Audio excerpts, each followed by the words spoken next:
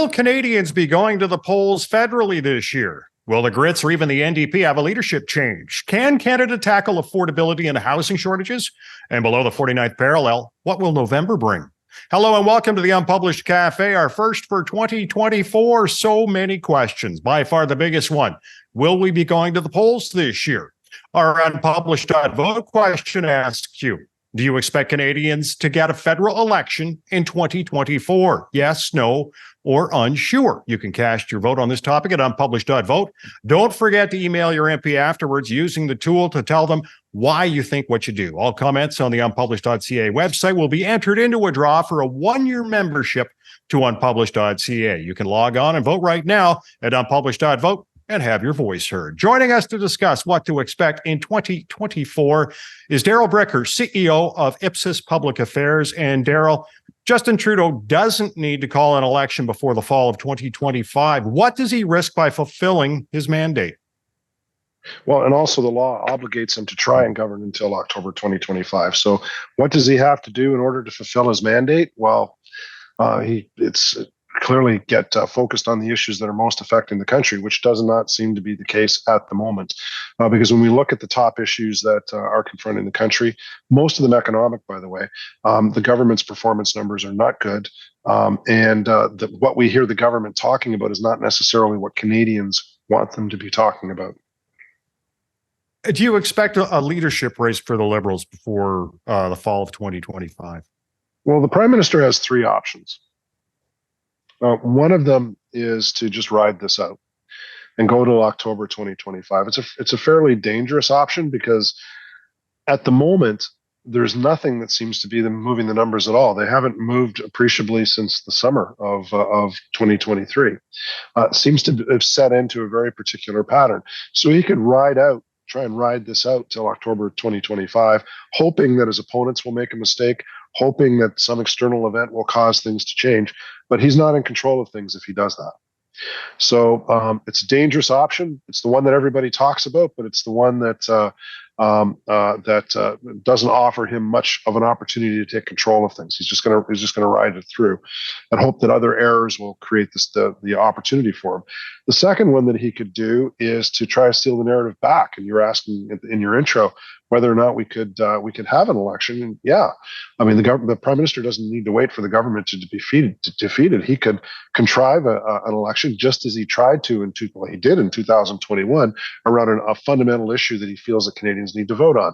What that issue would be at this moment, hard to say, but that's one way of taking things back. And the third thing, given that we're in an era of leadership politics, there's no Liberal Party at the moment outside of the persona of Justin Trudeau in the minds of voters.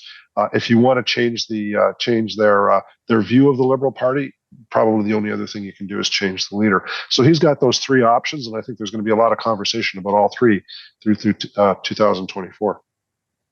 The supply and management agreement with the NDP now, dental care has started, but not pharmacare. Do you expect this to be done? Well, it's something that the NDP will be insisting on. Now, the question isn't really whether it will get done. It's if it doesn't get done, is this enough to defeat the government? So, and what does done? How do you define done? At some point, the NDP is going to have to decide if they're a part of the government or they're actually a political opponent.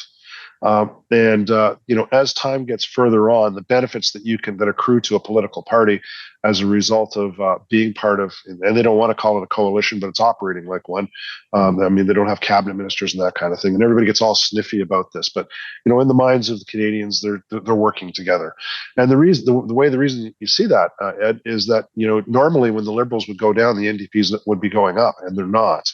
And the reason for that is because people see them as congruent. They see them as basically operating together at the moment. So at some point, Jagmeet Singh is going to have to find a way to separate himself from the government. So will it be over pharmacare? It's going to have to be over something. Might as well be this. Housing and affordability, we talked about, they are the key issues with Canadians right now. And for any party, how do they sort of increase their support talking to Canadians about addressing those issues? Well, at the moment, it's nobody really seems to be deep into practical solutions. I mean, because the practical solutions are incredibly difficult. They involve multiple levels of government. They involve lots of money, and they involve, for example, lots of skilled construction professionals to create the housing stock. It's not something that's going to be solved overnight.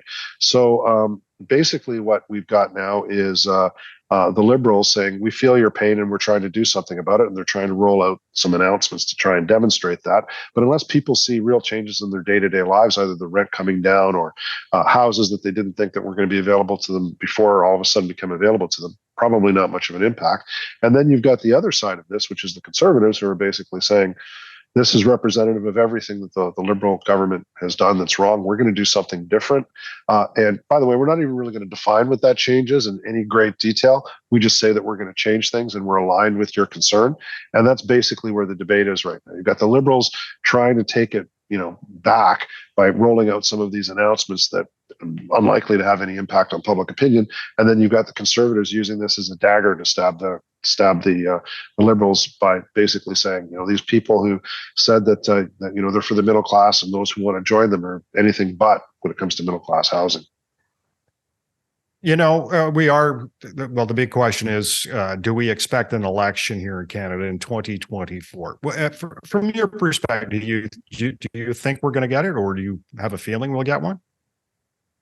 Well, really, the first question is, are we going to have the same leader of the Liberal Party through all of 2024? And that's the first question.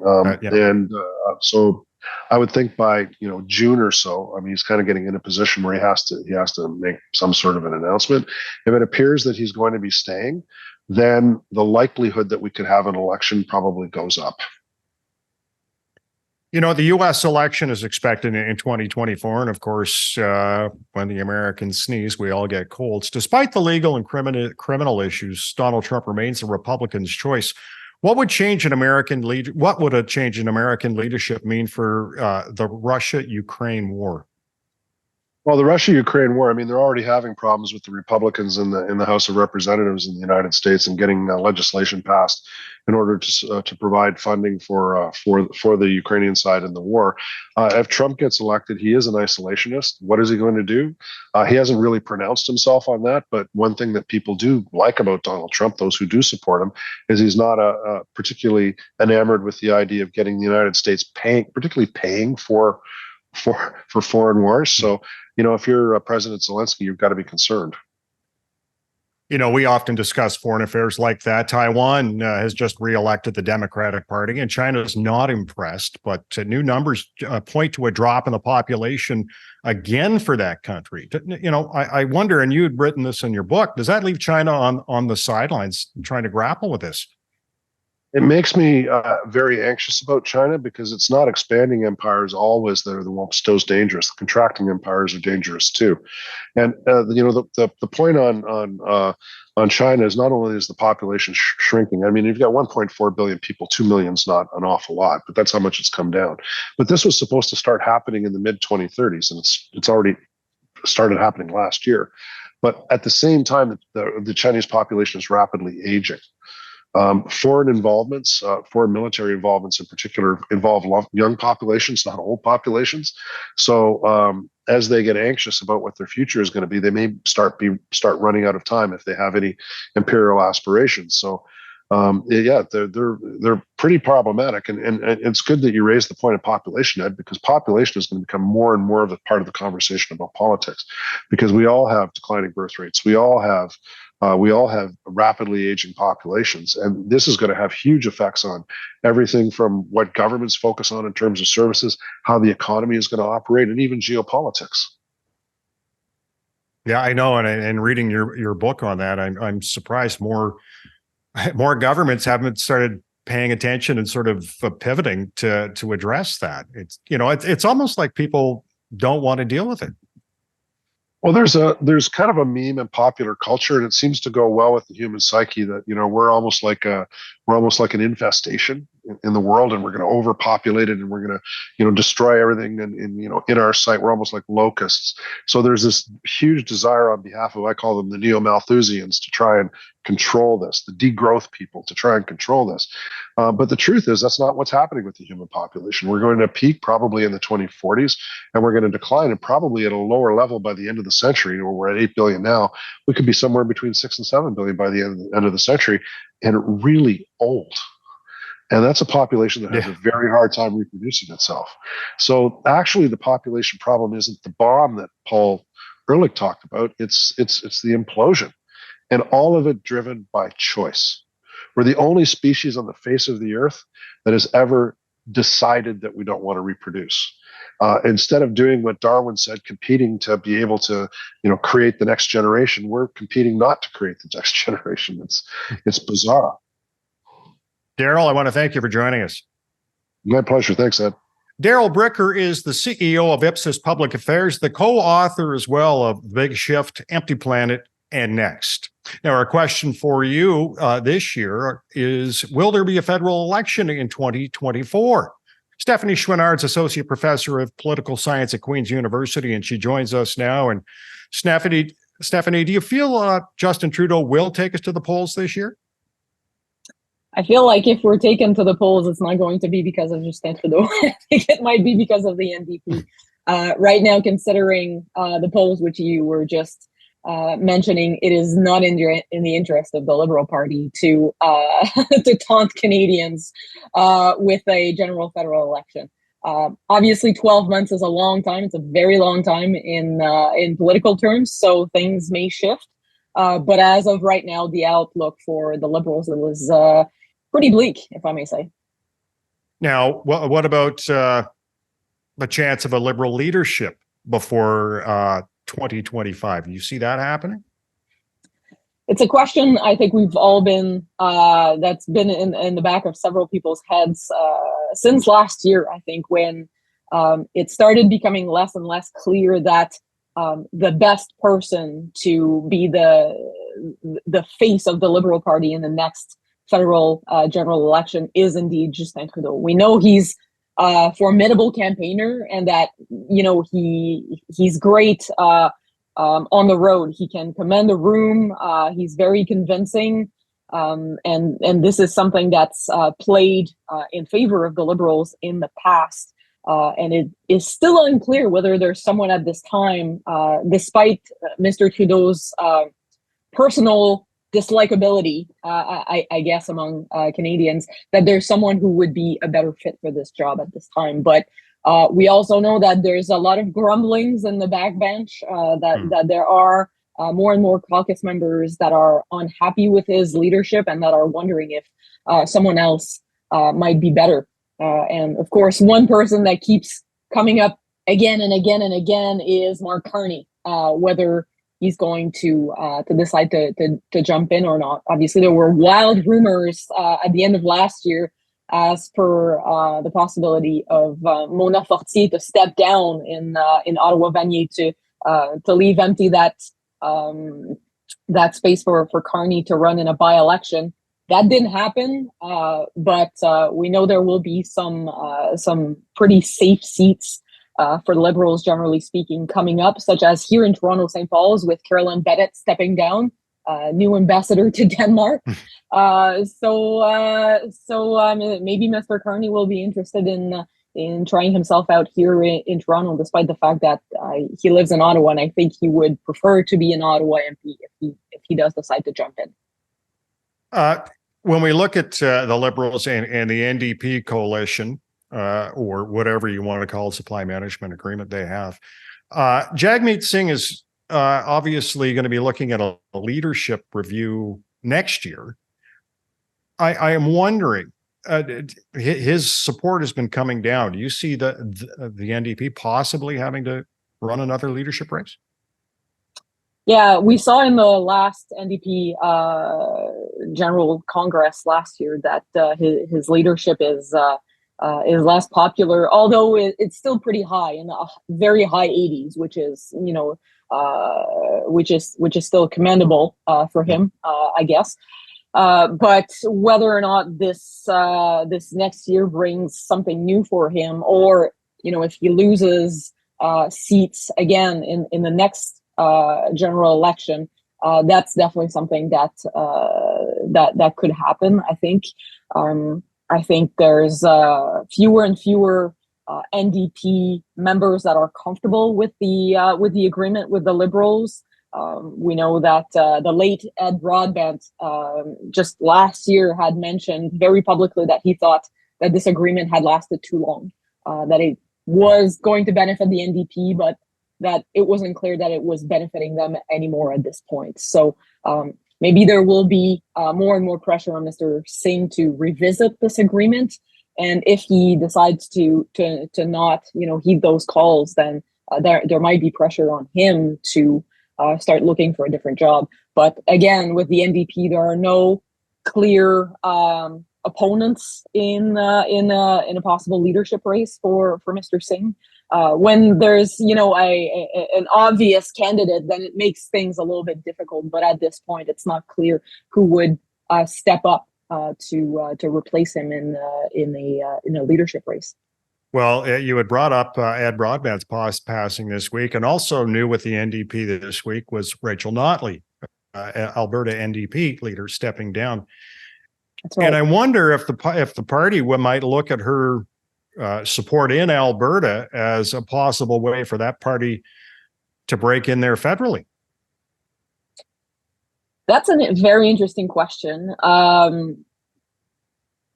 I think by and large, in the rest of Canada, Mrs. Notley is a respected politician. I think a lot of folks outside of Alberta looked at the rather crappy hand she was dealt while she was Premier of Alberta, with the price of oil, with the massive fire in Fort McMurray, for example, that led to a massive slowing down of the Albertan economy, obviously. And what she managed to do with that, and as well as the kind of relationship that she cultivated with Ottawa that was no nonsense, but perhaps a little bit less confrontational than what we've been seeing of late from the Alberta premiership, both under Mr. Kenney and the present premier. So it's an interesting question. However, from what I've heard from her, I'm not sure this is the job that she wants. So it's not clear whether she'd be even interested in applying for the job in the first place. Provincially in Canada, BC, Saskatchewan, and New Brunswick all going to the polls this year. What could the results of those mean federally? It could mean a lot of different things. If I'm taking the New Brunswick example, for example, and I'm using this one because Atlantic Canada is not usually a huge ideological battlefield. Both the Liberals and the Progressive Conservatives are usually actually pretty close ideologically, but what we've been seeing from Premier Blaine Higgs in the last little bit is a very explicit turn to the right, both on a cultural basis, and we've been seeing this from him for the past few years in how confrontational he was with respect to the Acadian and Francophone population in the province, but more recently on religious basis. He's really inviting an American culture war, so to speak, in New Brunswick, which is something we haven't seen in that province in a very long time, with things such as Policy 713 and the very explicit endorsement of a conservative from the religious right fringe in one of the writings in Bay of Fundy. So it leaves the possibility if he is reelected, and right now what the polls are saying, and polls in Atlantic Canada are notoriously weak. The sample size is always too small, unfortunately. But what we're seeing in the polls is a very tight race between him and Susan Holt from the Liberal Party, who's a brand new figure, really, in provincial politics. But if Mr. Higgs is reelected, I think for Mr. Trudeau it means perhaps a more strident adversary in Atlantic Canada, which is a place where the Liberals need to win. If the tides turn, so to speak, and Susan Holt is elected, then that might mean a little bit smoother sailing for the federal Liberals on that front. And how do you see the U.S. election affecting Canadian politicians this year? it's unfortunate that we have to have those conversations about the impact of an election on which Canadians have absolutely no bearing. I think such a huge impact in our domestic politics. But it is obviously a pretty big concern for a lot of Canadians to see what who's going to lead our biggest ally, both economically and militarily, at a time where obviously there's a lot of turmoil in a lot of different places around the world. So what we're seeing is that, and Mr. Trudeau has been, I would say, more candid than what we usually hear from a sitting prime minister about the difficulty of a potential return of Donald Trump as president of the United States for the relationship with Canada, and perhaps the relationship that he would have to cultivate with his counterpart. We know that that relationship, when Mr. Trump was number 44, was nothing like we'd seen in a long time in terms of a rocky relationship between Canada and the U.S. So we predict that this would be difficult. If there's an election in Canada this year and Mr. Poilievre becomes prime minister, then I think ideologically and culturally, the two might get along a little bit better. But that doesn't mean that for Canadians on the day-to-day that this would necessarily mean an easier time economically, for example. So we need to be, I think, careful to determine what that means in terms of, for example, economic policy. Would there be yet another kind of push to revisit free trade or the relationship that Canada and the U.S. have with respect to softwood lumber or dairy or difficult trade areas? Is a question that's still up in the air at this point. Stephanie, I want to thank you for joining us. It's my pleasure. Thanks for having me. Stephanie Chouinard is Associate Professor in Political Science at Queen's University. 2024 looms large for Canada on a number of fronts. Laurie Turnbull is the chair of the Public and International Affairs in the Department of Political Science at Dalhousie University, and she joins us now. And Laurie, you feel the Liberals will build their next election strategy around climate change and the carbon tax. Do you not see that backfiring? Oh, it might very well backfire, but I think what they want to do is find their own way to look like they are understanding the affordability crisis that people are experiencing. And they also want, I think, to go ahead with these measures around the carbon tax and around emissions-free cars and other aspects of this, creating a greener supply chain, creating a greener economy, managing all the risk that's going to go along with that. I think they do want to do all those things. And they're going to try to make it look like this is their response to the affordability crisis. Now, I say it that way. When I say they're going to try to make it look that way, I'm not suggesting they're trying to do something sneaky. I'm suggesting that they need to communicate that that's where their thinking is.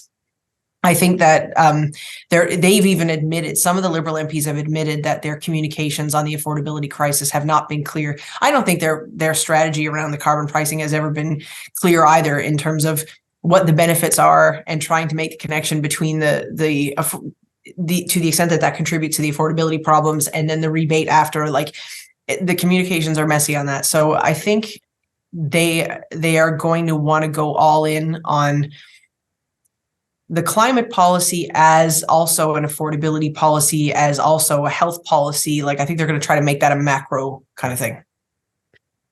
Oh, look, Mr. Poilievre has been obviously going around the country talking about axing the tax. Is this possibly a Liberal way of trying to maybe set up the key issue for the next election, whether it's this year or 2025? I think that's it, right? Because clearly Poilievre is resonating with the carbon tax. When he yells "axe the tax," people respond to that.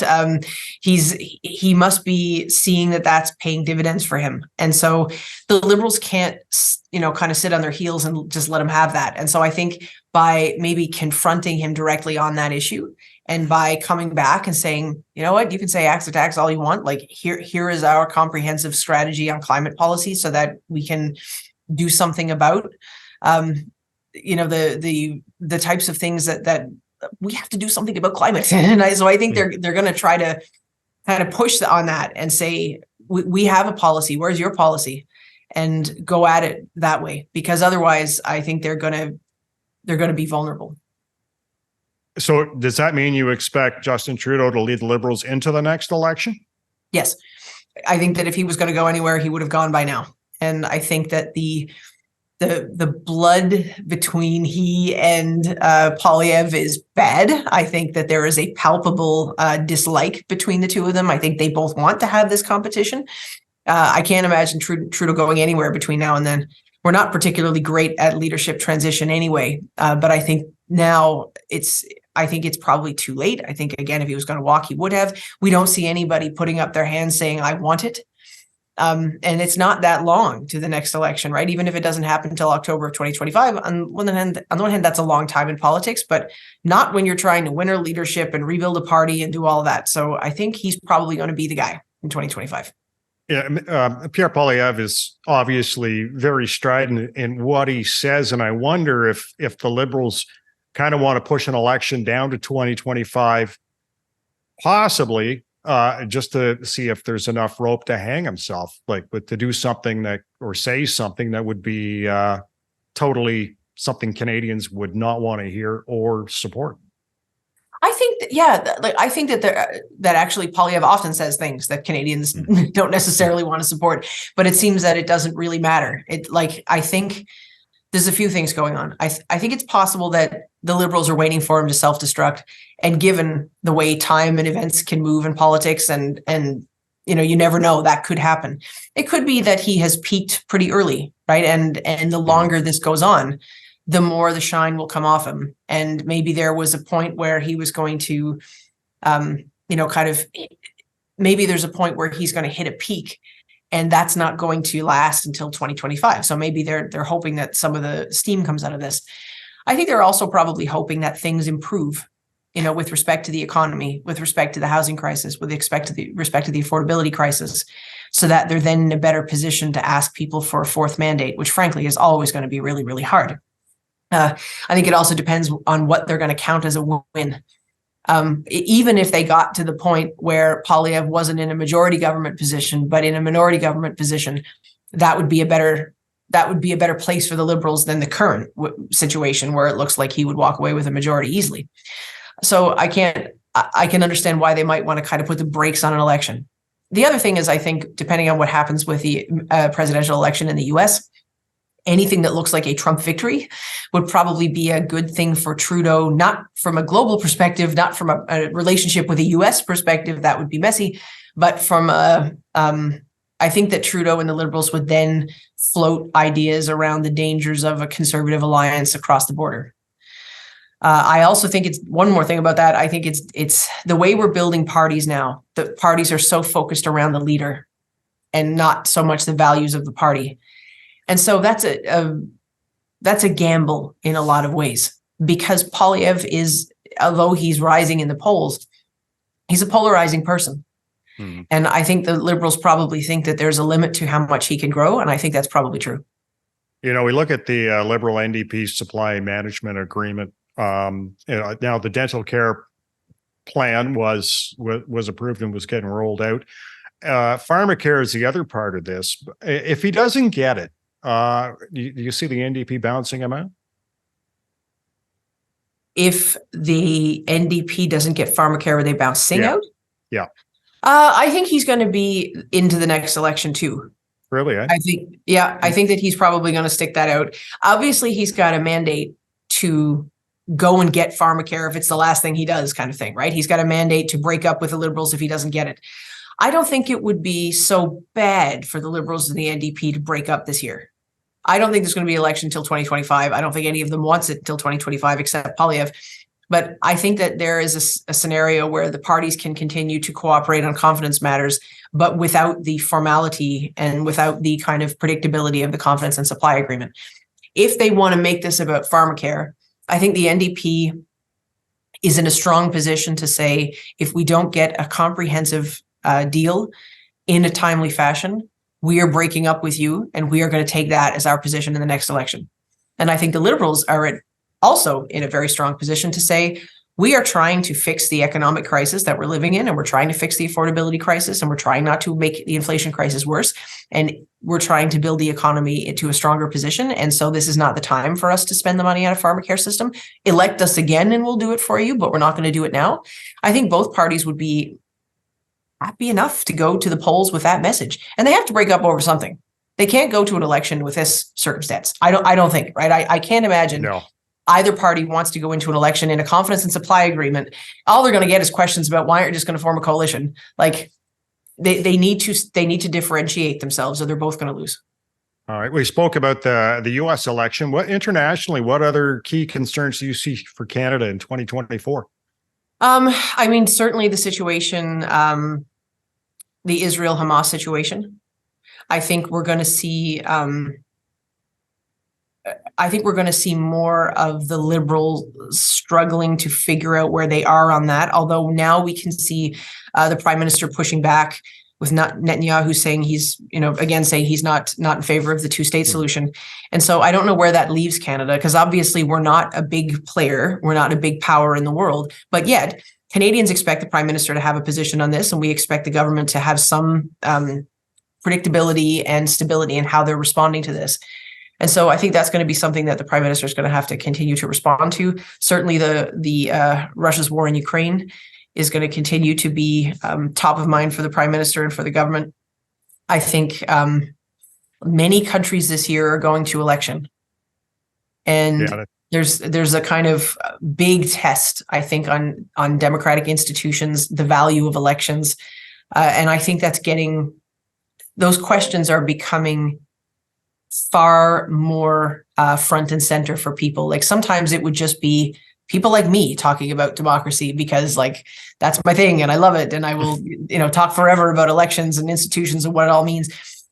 But now I think we can see there's something completely I don't want to say like sort of ludicrous, but it is ludicrous that the United States is many people are contemplating supporting a person who's got 91 criminal charges against him, including ones associated with denying the results of the last election and inciting violence.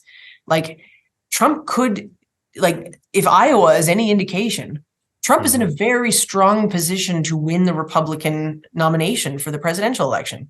And there's how is that going to work? What's going to happen if he wins the vote, but he can't hold the office because he's, depending on what happens with all the stuff, like it's crazy.